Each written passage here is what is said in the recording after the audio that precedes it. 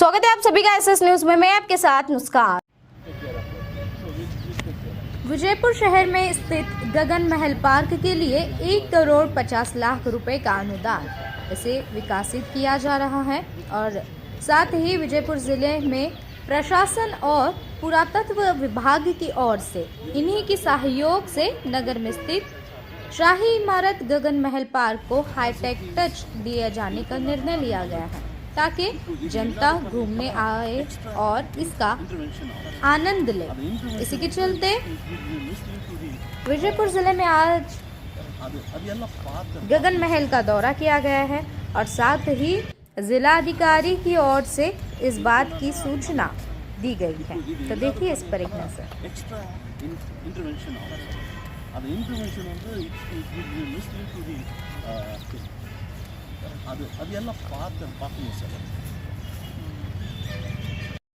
ಇವತ್ತು ವಿಜಯಪುರ ನಗರದ ಪ್ರಮುಖ ಕೇಂದ್ರ ಸ್ಥಳದಲ್ಲಿ ಇರುವ ಗಗನ್ ಮಹಲನ್ನು ಅಭಿವೃದ್ಧಿಪಡಿಸುವುದರ ಬಗ್ಗೆ ನಾನು ಮತ್ತು ASI ಸೂಪರಿಂಟೆಂಡಿಂಗ್ ಆರ್ಕಿಯಾಲಜಿಸ್ಟ್ ಧಾರವಾಡ ಅವರು ಸ್ಥಳ ತನಿಖೆ ಮಾಡಿದ್ದೀವಿ. ಈಗಾಗಲೇ ಕರ್ನಾಟಕ ಸರ್ಕಾರದಿಂದ ಮಾನ್ಯ ಜಿಲ್ಲಾ ಉಸ್ತುವಾರಿ ಸಚಿವರ ಒಂದು ಪ್ರಯತ್ನದಿಂದ 1.5 ಕೋಟಿಯಷ್ಟು ಅನುದಾನ ಈ ಗಗನ್ ಮಹಲ್ ಅಭಿವೃದ್ಧಿಗಾಗಿ ಬಿಡುಗಡೆಯಾಗಿದೆ.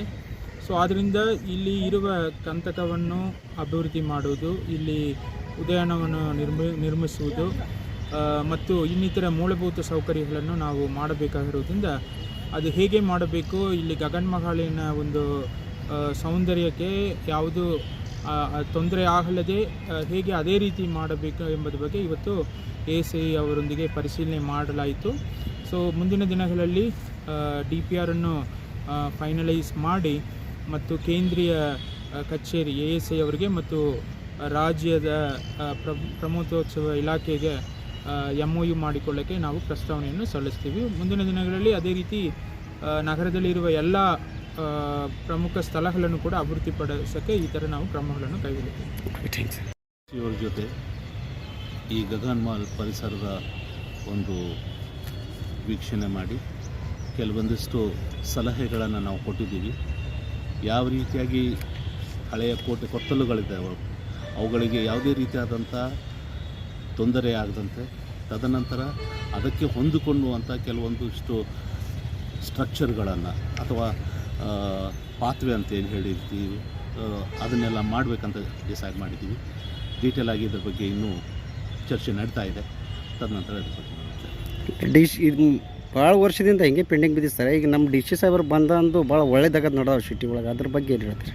ನೋಡಿರಿ, ಒಳ್ಳೆಯ ವಿಚಾರನ ಸಾಹೇಬರು ಒಳ್ಳೆಯ ನಿರ್ಧಾರ ತೊಗೊಂಡಿದ್ದಾರೆ. ನಾವು ಕೂಡ ಸ್ಪಂದಿಸ್ತಾ ಇದ್ದೀವಿ. ಸೊ ನಾನು ಈಗ ತಾನೇ ಚಾರ್ಜ್ ತೊಗೊಂಡಿದ್ದೀನಿ. ನಾನು ಕೂಡ ಅವ್ರ ಜೊತೆಗೆ ಹೆಗಲು ಕೊಟ್ಟು ನಿಂತು ಕೆಲಸ ಮಾಡ್ತೀವಿ. ಎಸ್.